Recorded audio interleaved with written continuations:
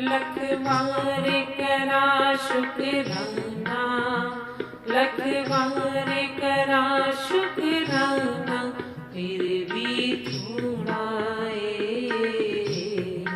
फिर भी थोड़ा तेनु सजदा करे जमाना, सजदा करे जमाना, फिर भी थोड़ा फिर भी थोड़ा फिर भी थोड़ा लखवार करा शुक्राना, फिर भी थोड़ा फिर भी थोड़ा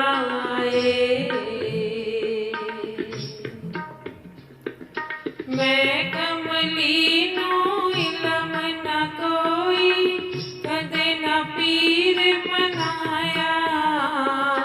मैं कमली नो इलम न कोई, कदे न पीर मनाया।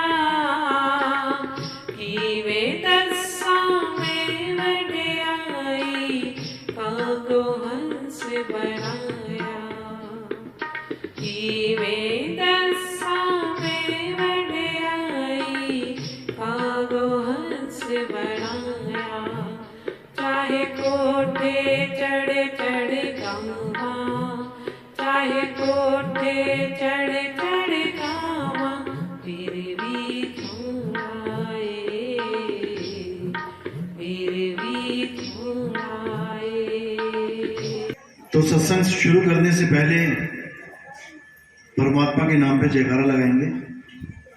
बोलिए परमपिता परमात्मा की, सतगुरु बंदी छोड़ कबीर साहिब की, सतगुरु मदनपति साहिब की, सतगुरु जवाहिरपति साहिब की, सतगुरु राम सेवक साहिब की, सतगुरु विराग साहिब की, सभी संतों की, सभी भक्तों की, आज के आनंद की, सकल हंस को बंदगी साहेब बंदगी सतनाम।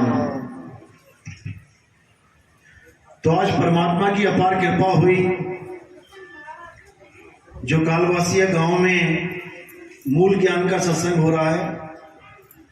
बहुत बड़े भाग होते हैं उन जीवों के जो इस मूल ज्ञान को सुन पाते हैं, क्योंकि करोड़ों जीव इस दुनिया में आते हैं, भक्ति करते हैं, बहुत से गुरुओं के पास जाते हैं, उनकी शरण में नाम दीक्षा लेते हैं, लेकिन मूल ज्ञान उनके जीवन में कभी वो सुन ही नहीं पाते। और यहां से बिना मूल ज्ञान सुने समझे इस दुनिया से चले जाते हैं। तो कहते हैं कि ऐसे दिव्य भाग्य जो लेके आता है इस दुनिया में, जो गुरु की शरण में तो आता है लेकिन सतगुरु की शरण में आता है। बहुत कम लोग होते हैं ऐसे जिनकी किस्मत में ये मूल ज्ञान सुनना लिखा होता है। सतयुग द्वापर त्रेता में तो गिनती मात्र के लोग होते हैं जो मूल ज्ञान को सुन पाते हैं, लेकिन कलयुग में इतनी दया है बंदी छोड़ की परमात्मा की कि कलयुग में मूल ज्ञान का ऐसा प्रचार होता है कि घर घर बस इसी ज्ञान की बात चलती है। ये आशीर्वाद है मालिक का जीवों पे कि कलयुग में ऐसा समय आता है जब हर जगह मूल ज्ञान की ही चर्चा होती है। क्योंकि हमें जो जन्म मिला है इंसान, ये इसीलिए मिला है ताकि हम मूल ज्ञान को प्राप्त करें, मूल ज्ञान को सुने समझें और मूल ज्ञान के अनुसार ही सत भक्ति करें। क्योंकि भक्ति तो हम सारे करते हैं। एक कसाई भी बकरा काटने से पहले अरदास कर लेता है भगवान से, वो भी ऐसे नहीं काट देता बकरे को। एक मुसलमान कसाई हो तो पहले कलमा पढ़ लेता है बकरा काटने से पहले, उसको पता है कि मैं क्या करने जा रहा हूं, तो पहले ही वो भगवान के नाम पे अर्पित कर देता है अपने इस कर्म को, ताकि मुझे कोई पाप ना लगे। लेकिन ऐसा नहीं होता, जो करोगे सो भरोगे। तो हम भक्ति तो करते हैं संसार में आके, हम बहुत से पूजा पाठ करते हैं अलग अलग धर्मों के अनुसार, हम बहुत से तीर्थों में जाते हैं, उसको भी भक्ति समझते हैं। देखो ट्रक भर भर के जा रहे होते हैं, लोगों से पूछो कि कहाँ कौन है ये लोग, ये भगत हैं, कहाँ जा रहे हैं, ये परिक्रमा करने जा रहे हैं किसी पहाड़ की या किसी तीर्थ स्थान पे जा रहे हैं, ये भगत हैं, भगत ही कहलाते हैं वो लोग। जबकि भगत की डेफिनेशन ही नहीं पता लोगों को कि भगत होता क्या है। भग से भागे भगत कहावे, जग से भागे साधु, भागे और जग दोनों से भागे, ताकर नाम अगाधु। मूर्ति पूजा करने वाले, तीर्थों में जाने वाले, ये भगत कहला रहे हैं, लेकिन भगत वो होता है जो भग से भागे, यानी जो काम वासनाओं से भागे, जो संसार से भागे, जो मोह माया से भागे, वो भगत है। लेकिन हमें समझ में ही नहीं आता कि भक्ति क्या है। जैसा हमें कोई भी लगा देता है हम लग पड़ते हैं। तो इसीलिए हर जीव भक्ति कर रहा है अपने अपने अनुसार, लेकिन जो मूल ज्ञान की भक्ति है वो उसके समझ में नहीं आती। क्यों? कभी सुनने को नहीं मिला। अगर सुन भी लेता है कभी तो समझ में नहीं आती। एक बार में, जैसे आज सत्संग में इतने लोग आए हैं, अभी ये सत्संग खत्म हो जाएगा, घर चले जाएंगे और इस ज्ञान को सुनकर भी समझ नहीं पाएंगे कि क्या बताया गया। 1 घंटे तक नहीं समझ में आएगा, क्योंकि ये अटपट ज्ञान है। कबीर साहब का ज्ञान अटपटा है। अभी मैं कहूं कि भाई ये कबीर साहब की मूर्ति लगी है, सारे आओ, माथा टेको, माला पहनाओ, तिलक लगाओ, भोग लगाओ, सबकी समझ में आ जाएगा कि क्या करना है। एक को भी ये ऐसा नहीं लगेगा कि मैं नहीं समझ पा रहा हूं क्या करना है। लेकिन जब सत्संग होगा मूल ज्ञान का, तो आप सुनने के बाद भी समझ नहीं पाओगे कि हमें बोला क्या गया, क्या कहा जा रहा है हमें। क्यों? क्योंकि ये अटपट ज्ञान है। अटपट ज्ञान कबीर का और झटपट लखा ना जाए, जो इसको झटपट लखे तो सब खटपट मिट जाए। ये सारी खटपट मिट जाएगी। तो कबीर साहब का जो मूल ज्ञान है, इसको समझना है। सुनना तो है ही, लेकिन इसको समझना है। तो कबीर साहब कह रहे हैं मूल ज्ञान में और पवित्र ज्ञान में पहले फर्क जानो कि मूल ज्ञान किसे कहते हैं, पवित्र ज्ञान किसे कहते हैं। तो पवित्र ज्ञान क्या होता है? जो आपको पवित्र बनाए, यानी कि आपका अंडा, मीट, मांस, दारू, शराब, गांजा, अफीम, भांग, पोस्त, ये सब छुड़वा के भगवान की तरफ, परमात्मा की तरफ आपको एक एक करके कदम बढ़ाए, उसको कहते हैं पवित्र ज्ञान। जो आपकी करनी पवित्र करे, आपको साफ सुथरा रखे। लेकिन केवल पवित्र ज्ञान से मुक्ति नहीं मिलती। आप शुद्ध हो जाओगे, आप सदाचारी हो जाओगे, आप गुरु की भी शरण में चले जाओगे, लेकिन नाम जपने के बाद भी आपको मुक्ति नहीं मिलेगी। क्यों नहीं मिलेगी? उसका क्या कारण है?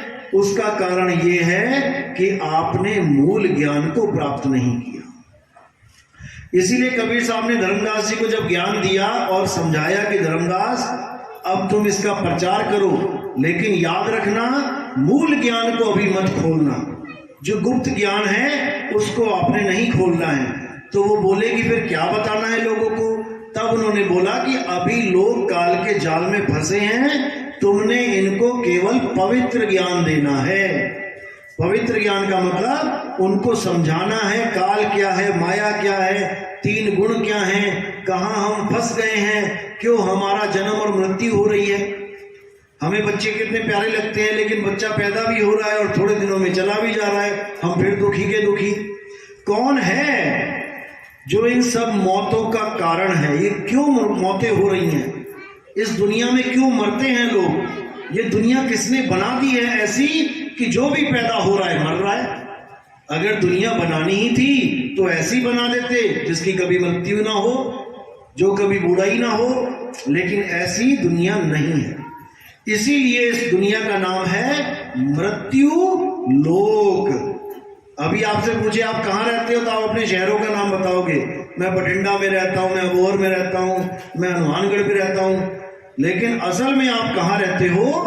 मृत्यु लोक में, जहां पर कभी भी आपकी मृत्यु हो सकती है।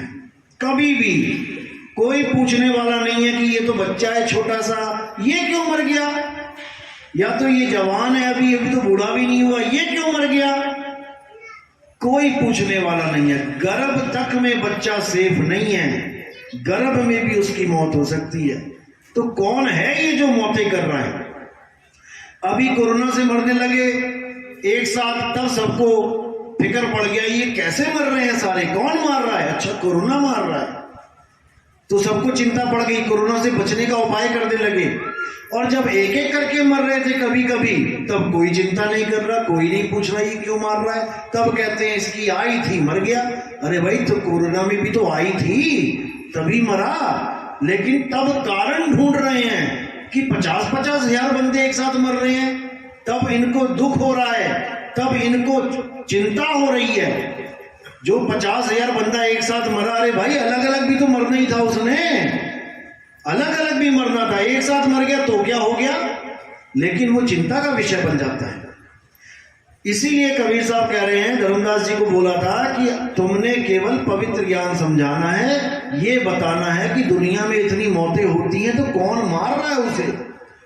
तब उन्होंने, धर्मदास जी ने ये प्रचार शुरू किया, लोगों को बताना शुरू किया कि एक काल भगवान है जो सबका काल है, किसी को छोड़ने वाला नहीं है। उसी काल से हमने बचना है। आपने पहले कभी काल का नाम सुना है? हाथ खड़े करो जिन्होंने काल के बारे में सुना है। काल किसी गुरु ने बताया हो, किसी ने कभी सुना हो? सुना है कुछ लोगों ने। अब काल क्या है? काल जो है वो इस सारे संसार को अपने मुंह में रख के घूमता है। पूरा संसार काल के मुंह में है। जैसे किसी की मौत हो जाती है, अखबार में आता है कि फलाना आदमी काल के मुंह में चला गया, काल का ग्रास बन गया। ग्रास यानी गस्सा, जैसे रोटी का गस्सा खाते हैं। तो ये कौन है काल जो सबको खा रहा है, और इससे कैसे बचना है, इसके बारे में अनुराग सागर एक ग्रंथ है, आपको मिल जाएगा, बस स्टैंड पे मिल जाएगा, रेलवे स्टेशन पे जो दुकानें होती हैं किताबों की, वहां पे मिल जाएगा। उसको जरूर पढ़ें, अनुराग सागर। क्योंकि आपने गीता पढ़ी, बाइबल पढ़ी, गुरु ग्रंथ साहब पढ़ा, सब पढ़ा, तो इसको भी नहीं छोड़ना है, ये भी पढ़ लेना है। ये ग्रंथ किसका है? ये कबीर साहब और धर्मदास जी की वार्ता है कि कबीर साहब ने धर्मदास जी को क्या क्या समझाया, क्या बताया। उस ग्रंथ में बिल्कुल साफ आपको समझ में आ जाएगा कि काल क्या है, कैसा है। तो इस काल के बारे में सारा कुछ बताया धर्मदास जी को, और क्या बोला कि पवित्र ज्ञान तुम जग में भाखो, मूल ज्ञान गुप्त कर राखो। कि तुम केवल काल के बारे में बताओ, उनके पुत्रों के बारे में बताओ, लेकिन मूल ज्ञान का जिक्र मत करना। मूल ज्ञान का जिक्र क्यों ना करना? क्योंकि मेरा ही नाम लेके काल के दूत पंथ चलाने के लिए तैयार बैठे हैं। कबीर पंथ चलाने के लिए काल ने उन दूतों को भेजा है जो मेरा नाम लेके, यानी पंथ मेरा चला के मेरे नाम से, और नामदान काल भगवान का करवा देंगे। जीव को समझ में ही नहीं आएगा कि मैं कबीर साहब के रास्ते पे चल रहा हूं या काल भगवान के कहे रास्ते पे चल रहा हूं, उसको समझ में ही नहीं आएगा। लेकिन एक समय आगे चल के ऐसा आएगा जब सारा समाज, सारे पंथ, सारी भक्तियां एक पंथ में आ जाएंगी। यानी सारी दुनिया में जितने पंथ हैं जो नाना प्रकार की भक्तियां करवा रहे हैं, वो इस मूल ज्ञान को समझ के एक हो जाएंगे। इसके लिए क्या बोला? धर्मदास मेरी लाख दुहाई, और ये मूल ज्ञान बाहर ना जाई। मूल ज्ञान बाहर जो पढ़ी, बिचली पीढ़ी हंस न तरही। मूल ज्ञान तब लग छुपाई, जब लग द्वादश पंथ ना मिट जाए। द्वादश पंथ जो काल भगवान का पंथ है, उसमें जो आखिरी संत हैं, जो जिसके नाम से ये पंथ चलाया गया था, धर्मदास जी का पंथ है वो। गरीबदास जी का। तो गरीबदास जी द्वादश पंथ में आए, उनके भी पंथ को काल भगवान ने नहीं छोड़ा, उसमें भी अपने काल के दूत भेजे। तो 12 पंथ जितने हैं ये सब काल भगवान के अंडर हो गए। नाम गरीबदास जी का चल रहा है, लेकिन नाम दीक्षा देखो काल भगवान की। जितने भी नाम दिए जा रहे हैं सब काल भगवान के, 52 अक्षरी नाम, बोलने वाले नाम, लिखने वाले नाम। तो कबीर साहब ने बोला कि जब ये 12 पंथ खत्म हो जाएंगे, खत्म कैसे होंगे? खत्म का मतलब ये नहीं कि पंथी खत्म हो गया, जब उनकी ज्ञान को लोग समझ जाएंगे कि अधूरा है, तब जाके 13वें पंथ का उजागर होगा। और 13वां पंथ जब उजागर होगा तो सारे संसार में जितने भी ये भक्ति वाले पंथ हैं ये सब इस ज्ञान को समझ के एक सतनाम के झंडे के नीचे आ जाएंगे। फिर सतनाम ही सतनाम होगा, हर जगह सतनाम का डंका बजेगा। जब सतनाम का डंका बजेगा तब समझ जाना धर्मदास कलयुग पलटने वाला है, तब कलयुग सतयुग में बदलेगा। मैंने पहले भी कई सत्संगों में बताया कि कलयुग, द्वापर, त्रेता, सतयुग ये क्या चीज है। सतयुग क्या होता है? सतयुग का मतलब वो नहीं है जो आप सोच रहे हो कि सतयुग में विष्णु जी थे, इंद्र भगवान थे, गौतम ऋषि थे। इंद्र भगवान गौतम ऋषि के घर में गया था एक बार आश्रम पे, उसकी बीवी के चक्कर में। तो कैसा सतयुग है ये? जहां पर काम वासना है, जहां पर व्यभिचार है, सत नहीं हो सकता वो। सतयुग असल में वो है जहां पर सत्य की भक्ति होती है, एक की भक्ति होती है, वो सतयुग है। सतयुग से द्वापर, द्वापर का मतलब है दो, यानी एक सत्य को छोड़ के जब हम दो की भक्ति करने लग जाते हैं, मन और माया के गुलाम हो जाते हैं, तब हम द्वापर में आ जाते हैं। द्वापर को भी छोड़ के जब हम 3 गुणों में आ जाते हैं, रजोगुण, सतोगुण, तमोगुण में आ जाते हैं, तब हम त्रेता में आ जाते हैं। और त्रेता को भी छोड़ के, तीनों गुणों की भी भक्ति छोड़ के जब हम बिल्कुल डाउन आ जाते हैं, हम कल पुर्जों में उलझ जाते हैं, मोबाइलों में, मशीनों में, हवाई जहाजों में, कारों में, मोटरसाइकिलों में, इसी में हमारा जीवन फंस जाता है, भगवान भी भूल जाते हैं हम, तब समझ जाओ कि हम कलयुग में आ जाते हैं। कलयुग का मतलब है कल पुर्जों का युग, मशीन का युग।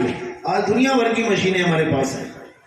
अब साहिब कह रहे हैं कि इसी कलयुग में सतयुग लेके आएंगे, यानी कि जितने भी हाथों में मोबाइल हैं ये सब कलयुग की ही निशानी है। क्या द्वापर में, त्रेता में, सतयुग में मोबाइल थे क्या? नहीं थे। कलयुग में सबके हाथों में मोबाइल होंगे और सत्संग का बटन यहां दबाया जाएगा और सबके पास पहुंच जाएगा। सब उस सत्य ज्ञान को सुनेंगे और अपने अपने अज्ञान को त्याग के सत नाम के झंडे के नीचे आके खड़े हो जाएंगे। तब आप कलयुग से सीधे सतयुग में आ जाओगे। इसका प्रमाण कबीर सागर में भी दिया और कई संतों ने बताया कि कलयुग में ही 1000 साल का एक युग आएगा जिसको हम सतयुग कहेंगे। ऐसा युग आ जाएगा कि हर तरफ केवल सत्य की बात हो रही होगी, हर घर में केवल सत्य का चर्चा हो रहा होगा कि जो हम काम कर रहे हैं भक्ति के नाम पे ये सत्य है भी या नहीं, बस यही बात चलेगी। और हम धीरे धीरे धीरे असत्य को छोड़ के सत्य की तरफ आ जाएंगे और हम कलयुग से सतयुग में प्रवेश कर जाएंगे। तो इसी को बोला कि 12 पंथ काल फुरमाना, भूले जीव न जाए ठिकाना, 13वें पंथ हम ही चले आए और सब पंथ मेट के एक पंथ चलाएं। यानी एक ऐसा ज्ञान चलेगा उसके बाद और ज्ञान रूप में मैं ही पूरी दुनिया में प्रकट हो जाऊंगा, ज्ञान रूप में। यानी एक ऐसा ज्ञान आएगा जो सारे असार ज्ञान को धराशायी कर देगा और हर तरफ केवल सार ही सार नजर आएगा। जिसके लिए साहिब ने बोला कि सतगुरु ऐसा चाहिए जैसा सूप सुहाए और सार सार तो गही रहे, थोथा दे उड़ाए।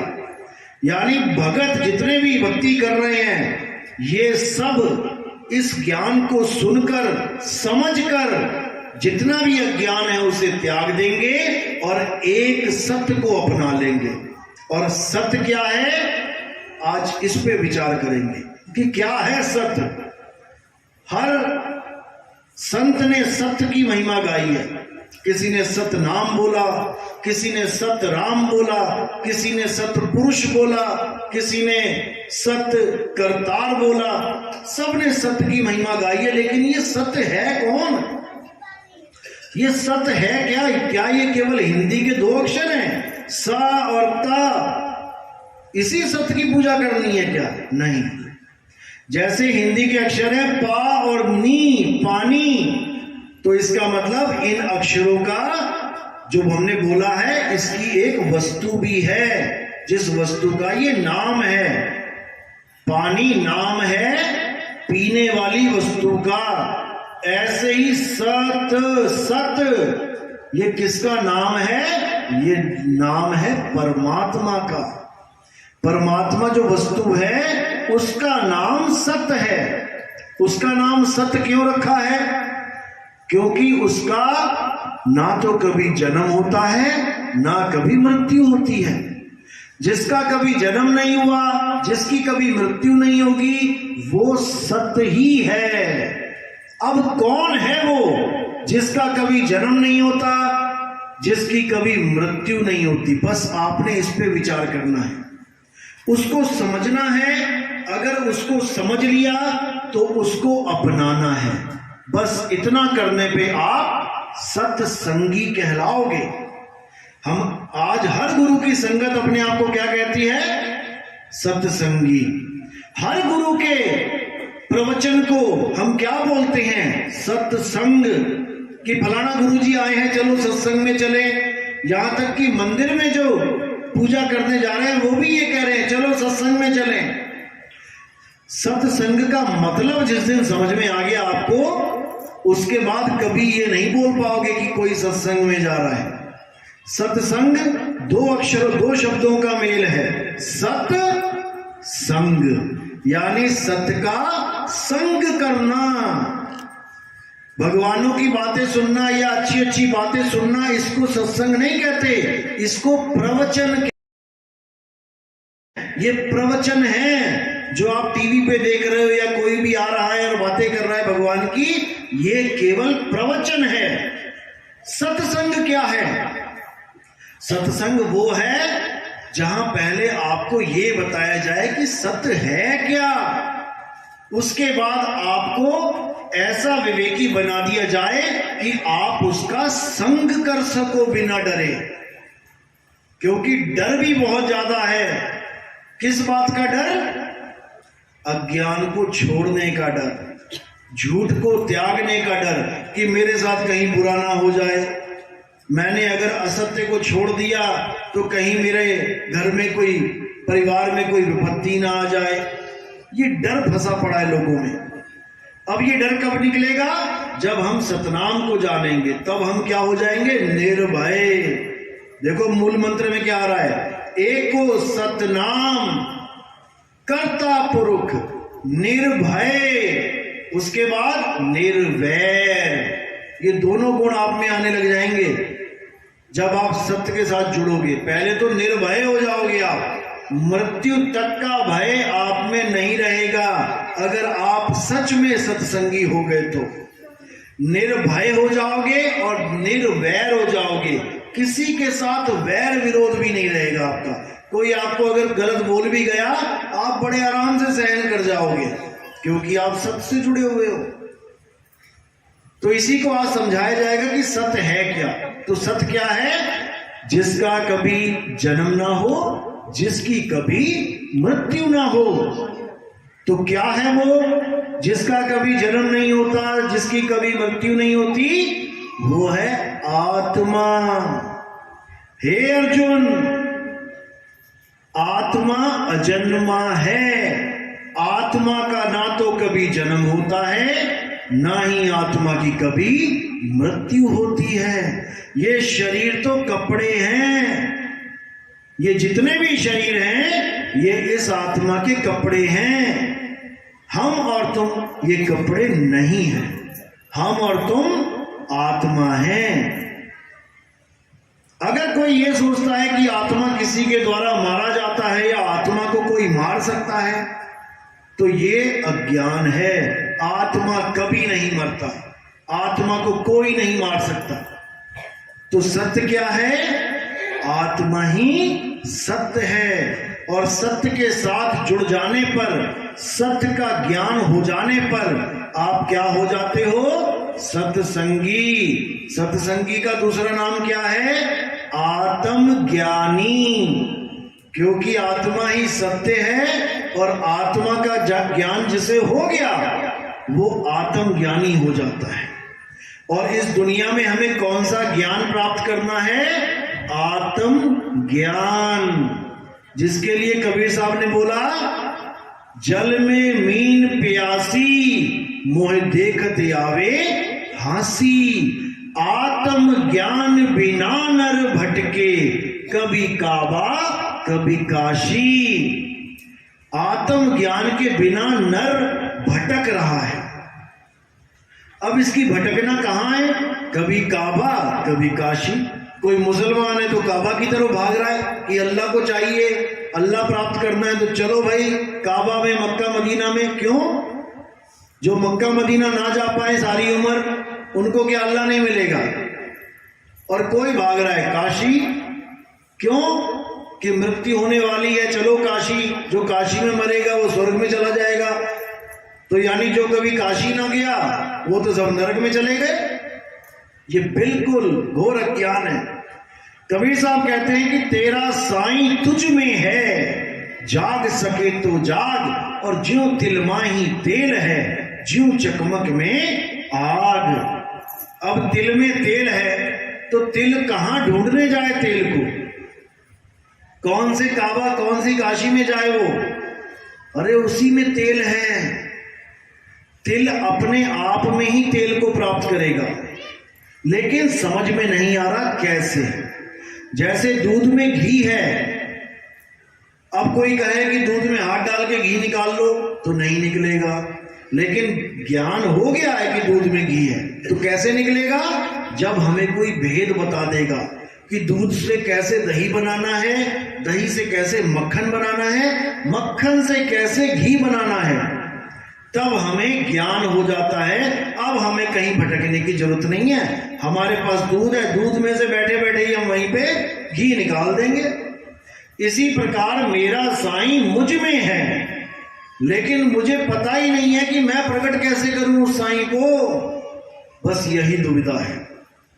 तो गुरु का क्या काम होता है? गुरु पहले तो सत्य बताता है। सत्य है क्या? सत्य आपकी आत्मा है। और आपका शरीर क्या है? असत्य। जिसका नाश हो जाए, जो जन्मे मरे, जो बदल जाए, वो क्या होता है? असत्य। शरीर देखो, जब पैदा हुए छोटा सा था, बड़ा होता गया, जवान हो गया, बूढ़ा हो गया, दांत गिर गए, बाल सफेद हो गए, चमड़ी झुर्रियां आ गई। ये क्या है? ये असत्य है और एक दिन इसका नाश हो जाएगा। लेकिन हमारी आत्मा वो युगों युगों से है और युगों युगों तक क्या, अनंत समय तक रहेगी। समय भी खत्म हो जाएगा, वो तब भी खत्म नहीं होगी। तो वो है सत्य। आत्मा है सत्य, शरीर है असत्य। आत्मा ना तो किसी शस्त्र से काटी जा सकती है, ना अग्नि के द्वारा जलाई जा सकती है, ना पानी के द्वारा भिगोई जा सकती है, ना वायु के द्वारा सुखाई जा सकती है। इसलिए वो हो गया सत्य। और शरीर ये काटा भी जा सकता है, जलाया भी जा सकता है, पानी में डुबो के खत्म भी किया जा सकता है। तो ये हो गया असत्य। अब हमने इस दुनिया में आके, इंसानी चोले में आके क्या धारण करना था? सत्य को धारण करना था। किसकी पूजा करनी थी? सत्य की पूजा करनी थी, जिसको कोई शस्त्र काट नहीं सकता, अग्नि जला नहीं सकती। और हम पूजा किसकी करते रहे? शरीरों की। शरीरों की, जो खुद बोल बोल के थक गए कि आत्मा ही सत्य, आत्मा ही सत्य, हम उसी के शरीरों की पूजा करने लगे। कृष्ण जी की बात कर रहा हूं, गीता पढ़ो। कृष्ण जी ने कहीं भी ये नहीं बोला कि हे अर्जुन मेरा शरीर सत्य है या मेरे शरीर की पूजा करो। उन्होंने तो ये बोला कि हे अर्जुन मैं अजन्मा हूं, मेरा कभी जन्म नहीं होता। अगर तुम ये सोचते हो कि मैं द्वापर में पैदा हुआ, हम त्रेता में पैदा हुआ, राम बन के श्याम बन के, तो वो मैं पैदा नहीं हुआ। मेरा शरीर पैदा हुआ, मैंने शरीर को धारण किया, मैं शरीर नहीं हो गया। जैसे मैंने इन कपड़ों को धारण किया, लेकिन धारण करने के बाद भी मैं कपड़ा थोड़ी नहीं हो गया, कपड़ा मुझसे अलग है। तो कृष्ण जी का शरीर और कृष्ण जी की आत्मा, ये दोनों अलग अलग हैं। हमें कृष्ण जी की आत्मा को जानना था, जिसका कभी जन्म नहीं होता। हम पूजा किसकी करने लग गए? कृष्ण जी के शरीर की। इसी प्रकार हमने संतों की आत्मा को जानना था, अपनी आत्मा को जानना था, लेकिन हम संतों के शरीर की पूजा करने लग गए। शरीर की पूजा करोगे शरीर प्राप्त होगा, आत्मा की पूजा करोगे आत्मा प्राप्त होगी। गुरु ग्रंथ साहब में बिल्कुल साफ लिखा है, आत्म देव पूजिए गुर के पाए सुहाए। अगर इस दुनिया में कुछ पूजनीय है तो वो केवल और केवल आत्मा है। हे अर्जुन, 3रा अध्याय 17वां श्लोक। हे अर्जुन, जो जीव अपनी आत्मा में संतुष्ट हो जाते हैं, जो जीव अपनी आत्मा में रमण करते हैं, जो जीव अपनी आत्मा में स्थिर हो जाते हैं, उनके ऊपर कोई भी धार्मिक कर्म कर्तव्य लागू ही नहीं होता। उसको किसी मंदिर में जाके मत्था टेकने की जरूरत नहीं है, उसको किसी तीर्थ में जाने की जरूरत नहीं है, उसको किसी पहाड़ों की परिक्रमा की, कोई 4 धाम की जरूरत नहीं है, क्योंकि उसने घर बैठे बैठे अपनी आत्मा को प्राप्त कर लिया और उसी आत्मा में परमात्मा का वास है। बस इसको समझना है। अध्याय 3 18वां श्लोक क्या कहता है? हे अर्जुन, जो अपनी आत्मा में स्थित हो जाते हैं, जो आत्म सिद्ध हो जाते हैं, उन्हें किसी अन्य जीव पर निर्भर रहने रहती। जब जमदूत आते हैं लास्ट में, तब जीव को धक्के मार मार के लेके जाते हैं। वहां पर हमें किसी की जरूरत पड़ती है कि कोई हमें बचाए। इसीलिए गुरुओं ने क्या हथकंडे अपना लिए कि बेटा हमसे नाम ले ले, तुझे अंत में मैं लेने आऊंगा। यही सबसे बड़ा ड्रामा चल रहा है भारत देश में कि मुझसे नाम ले लो, अंत समय में मैं लेने आऊंगा। यानी तुम्हें जमदूत नहीं आएंगे, मैं लेने आऊंगा। और इसी में बेचारे भोले जीव भरमा जाते हैं। अब उसी गुरु से आप एड्रेस पूछ लो जाके, बाबा जी आप लेने आओगे, मुझे मेरे घर का एड्रेस बता दो। वहीं बाबा जी ठंडे पड़ जाएंगे, क्योंकि ये भ्रम जाल है। इसी को समझना है। गीता क्या कह रही है कि जो अपनी आत्मा में स्थित हो जाता है, वो किसी अन्य जीव पर निर्भर नहीं रह जाता। अब ऐसा नहीं है कि वो किसी का इंतजार करेगा कि मेरी मौत आने वाली है, गुरुजी आ नहीं रहे, गुरुजी आ नहीं रहे, गुरुजी ट्रैफिक जैम में फंस गए हैं, गुरुजी कहीं सत्संग कर रहे हैं, तुम्हारी यहां मौत हो रही है, कहां से आ जाएंगे वो? यही भ्रम है। गुरु का काम होता है चेले को वहां पहुंचा देना, जीते जी, जहां उसने मरने के बाद जाना है। यानी उसने जो प्राप्ति करनी है मरने के बाद, उसे जीते जी प्राप्त करवा देना। उसे जीते जी परमात्मा मिल जाए तो अब किसकी जरूरत है अंत समय में कि मुझे कहीं लेके जाए? मुझे तो परमात्मा मिल गया, अब मुझे किसकी जरूरत है? समझो इस बात को। गुरु जब नाम दीक्षा देता है, उस नाम का सिमरन करके आपको क्या मिलेगा? परमात्मा मिलेगा। हर गुरु ये कह रहा है कि बिना गुरु के परमात्मा नहीं मिलता। ठीक है भाई, गुरु धारण कर लिया, तुमने क्या दिया मुझे? तुमने नाम दिया, नाम का मैं जाप करूंगा या जो भी तुमने बताया वो करूंगा, नाम का जाप करने के बाद मुझे परमात्मा मिल जाएगा। ठीक है भाई, मुझे परमात्मा मिल गया। अब ये बताओ कि तुम्हारा क्या रोल है, तुम मुझे कहां लेके जाओगे? अगर तुम अंत समय में आ भी जाते हो तो लेके कहां जाओगे? जब मुझे परमात्मा ही मिल गया जो मुझे चाहिए था, तो तुम्हारा रोल क्या रहा? जरूरत क्या रही तुम्हारी कि तुम आओ और लेके जाओ? जो चीज मुझे मिल ही गई उसको देने के लिए तुम क्या आओगे, कहां पे लेके जाओगे? तो नामदान देने के बाद भी ये गुरु क्या कहते हैं, मैं तुम्हें लेके जाऊंगा परमात्मा के घर तक। अंत समय में जमदूत लेके नहीं जाएंगे, मैं लेके जाऊंगा। तो भाई तुमने ये नाम क्या दिया फिर, जिससे मुझे परमात्मा ही ना मिले, वो भी तुम्हारे ऊपर आसरा लगाना पड़े मुझे कि तुम आओगे तो लेके जाओगे? तो फिर नाम क्या चीज है, ये क्यों दे दिया मुझे? यही भरमजाल है। गुरु जब तुम्हें नाम देता है तो तुम्हें कोई नाम नहीं देता कि तुम नाम जप रहे हो उसका। गुरु देता है नाम रूपी परमात्मा, कि बेटा परमात्मा यहां है, तो यहां पर ऐसे कर जो मैं बता रहा हूं और तुझे घर बैठे रब मिल जाएगा। अब गुरु का रोल खत्म। जिस बचोले ने तुम्हारी शादी करवाई थी, क्या वो तुम्हारे घर डेरे डाल के बैठ गया? जिसने तुम्हारी शादी कराई, लड़की को लड़का दिखाया, लड़के को लड़की दिखाई, बात खत्म हो गई, वो निकल गया बीच में से। बस यही समझना है, बचोले के बिना शादी भी नहीं होने की, लेकिन बचोला बीच में इंटरफेयर भी नहीं करता है। इसी को बोला है, सोई गुरु पूरा कहावे, दो अक्षर का भेद बतावे, एक छुड़ावे। जितना भी तुम्हारा अज्ञान है उसको छुड़वा देवे, क्योंकि उसी अज्ञान की वजह से तुम्हें परमात्मा नहीं मिल रहा है। अज्ञान छुड़ा दिया, ज्ञान बता दिया, अब तुम्हें घर बैठे मिलेगा, वो कहीं जाने की जरूरत नहीं है। तो गुरु ग्रंथ साहब कहता है, हृदय नाम ते आओ, घर बैठे प्रभु पाओ। घर में बैठे हुए मिलेगा, किसी चार धाम की यात्रा नहीं करनी पड़ेगी। फिर तो केवल उन्हीं को परमात्मा मिले जो चार धाम जा सकते हैं। जो बेचारे जिनके पैर कट गए हैं उनको तो परमात्मा कभी ना मिले, क्योंकि वो चार धाम नहीं जा सकते। फिर तो परमात्मा भी, वो भी विवेकी नहीं रहा कि भाई इसके तो पैर हैं वो आ सकता है, जिसके पैर नहीं है वो कैसे आएगा? मुझे तो उनके पास खुद चल के जाना चाहिए जिनके पैर नहीं हैं। आप जब भीख देते हो, कभी भी भीख देते हो, हट्टा कट्टा आता है तो क्या बड़े आराम से खुश दिल होके दे देते हो? क्या भले दे देते हो, फिर भी एक डायलॉग मार देते हो, भाई काम किया कर। और जब आता है कोई बिना हाथ पैर का अंधा, तो आपके अंदर क्या आ जाती है? दया।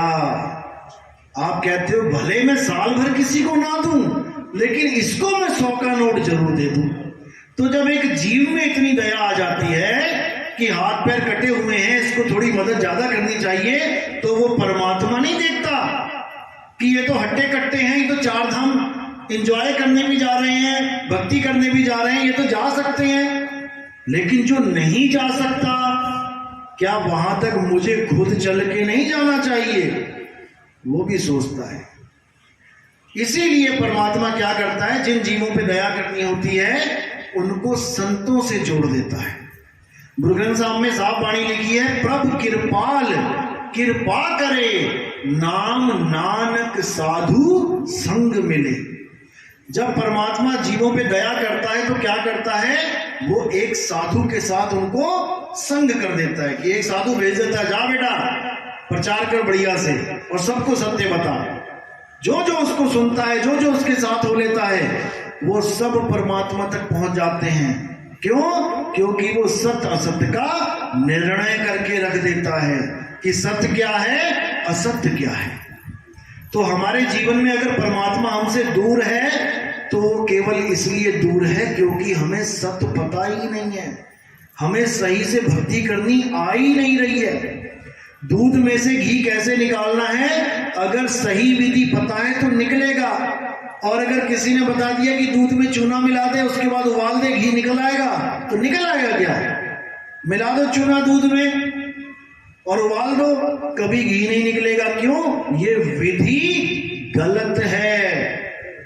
इसीलिए हमने केवल सही विधि को जानना है कि परमात्मा क्यों नहीं मिल रहा है। इतने साल हो गए मंदिर में जाते, इतने साल हो गए तीर्थों में जाते, हमें अनुभूति क्यों नहीं हो रही है परमात्मा की? परमात्मा कोई आदमी नहीं है कि तुम्हारे आगे आ जाएगा तो परमात्मा मिला। परमात्मा मिला उसको कहते हैं जब आपको इस चमड़ी से अलग अपने अंदर कोई दिव्य अनुभूति होने लग जाए। यानी जैसे आज तुम रहते हो, तुम्हें हर चीज समझ में आ रही है, मेरी आंख, मेरे नाक, मेरे कान, मेरे बाल, सब कुछ समझ में आ रहा है। केवल एक चीज समझ में नहीं आ रही है, मेरी आत्मा। तुम सांस को भी समझ रहे हो, हाँ सांस चल रही है, आ रही है, जा रही है। तुम धड़कन को भी समझ रहे हो, हाँ दिल धड़क रहा है। तुम गर्मी को भी समझ रहे हो, हाँ मेरे शरीर में गर्मी है। तुम ठंडक को भी समझ रहे हो, हाँ माथा ठंडा हो गया। तुम्हें हर चीज का एहसास हो रहा है, तुम्हारे शरीर में जो जो चीजें हैं, हड्डी का भी एहसास हो रहा है, देखो टक टक कर रही है, हाँ है, हर चीज का पता लग रहा है। लेकिन एक चीज समझ में नहीं आ रही है कि अगर मेरे शरीर में आत्मा है तो वो है कैसी। बस तुम्हें ये नहीं समझ में आ रहा।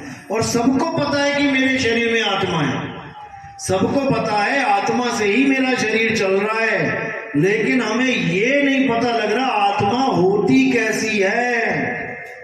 जिस दिन तुम्हें समझ में आ गया कि अच्छा ये है आत्मा, उसी दिन समझो कि तुम्हें परमात्मा मिल गया।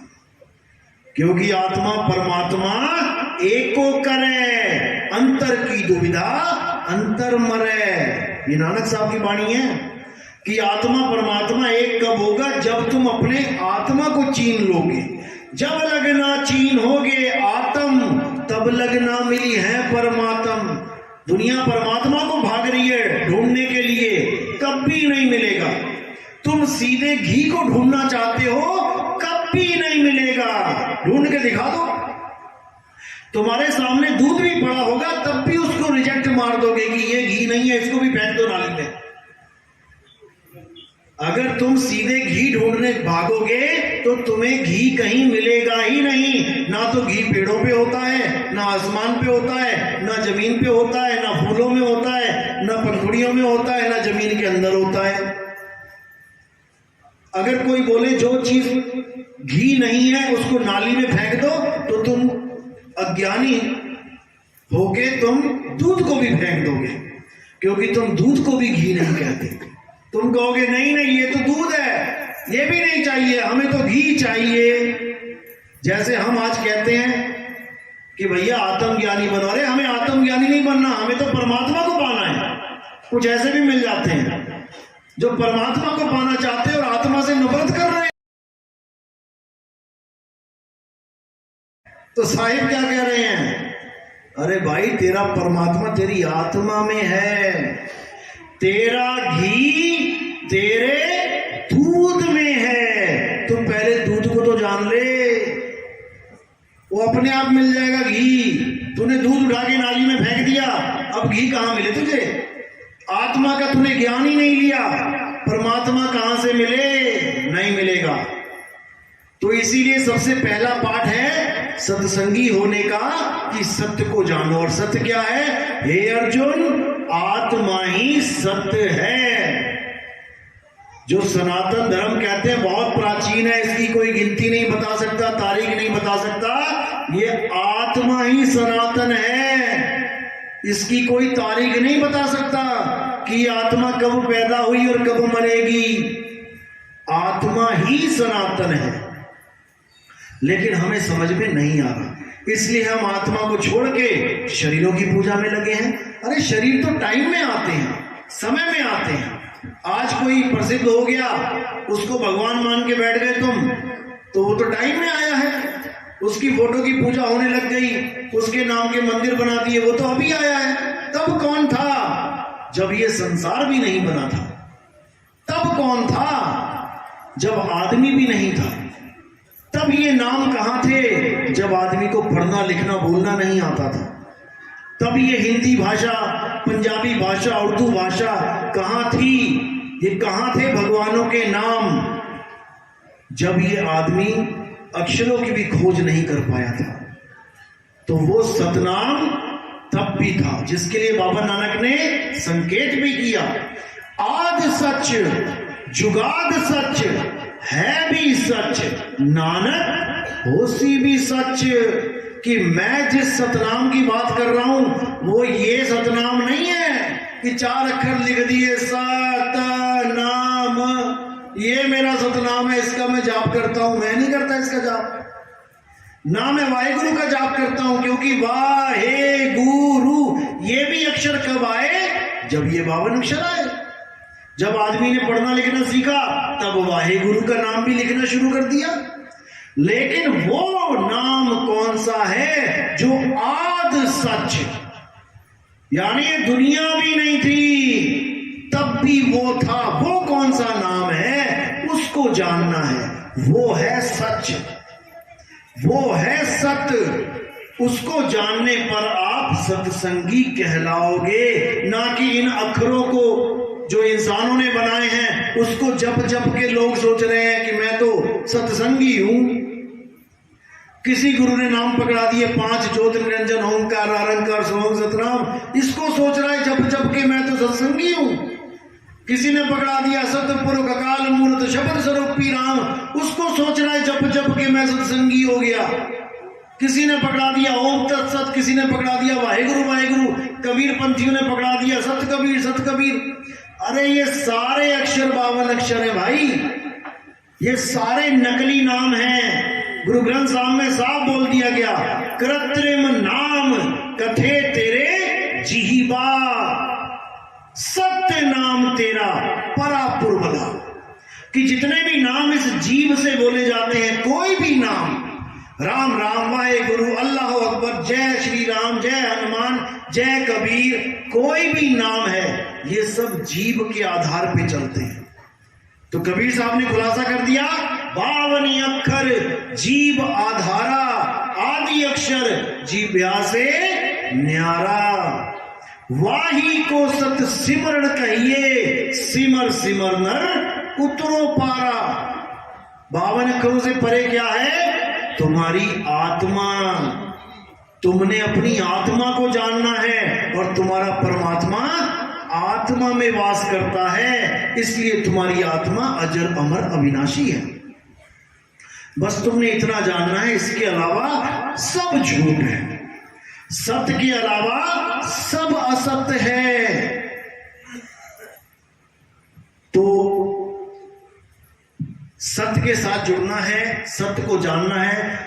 एक दिन में ये चीज नहीं समझ में आती, इसलिए हमारा YouTube चैनल है कहत कबीर सुनो भाई साधो। आप YouTube पे जैसे सर्च करते हैं तो आप वहां पे लिखो कहत कबीर सुनो भाई साधो, और साथ में लिख दो नितिन दास। मेरा नाम है नितिन दास, यानी मेरा नकली नाम है नितिन दास, जो 52 अक्षरों में दे दिया मेरे माता और पिता ने। लेकिन मेरा असली नाम क्या है? सतनाम। मेरा नाम है सतनाम, और आपका असली नाम क्या है? सतनाम। हम भी सत, आप भी सत। इसी सत्य को समझना है, इसी आत्म ज्ञान को जानना है, तब आप आत्म ज्ञानी होंगे।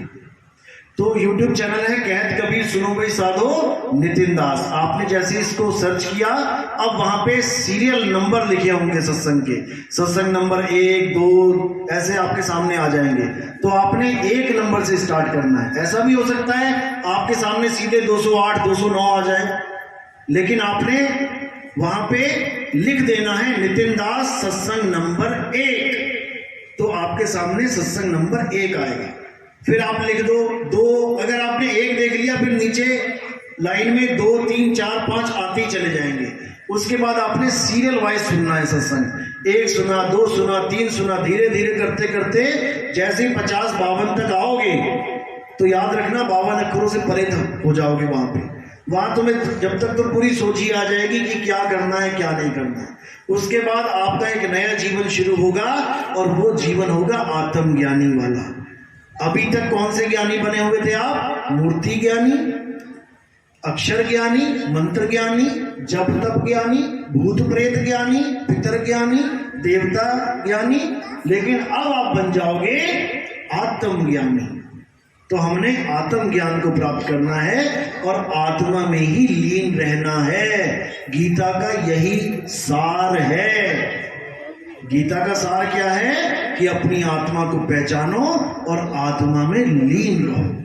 तो इसी के साथ वाणी पे विराम देता हूं और अब आप प्रसाद लेंगे, भंडारा ग्रहण करेंगे, और जो दूसरी दीक्षा वाले हैं वो अभी ना जाएं और भंडारे के बाद मिलें और नाम दीक्षा ले सकते हैं।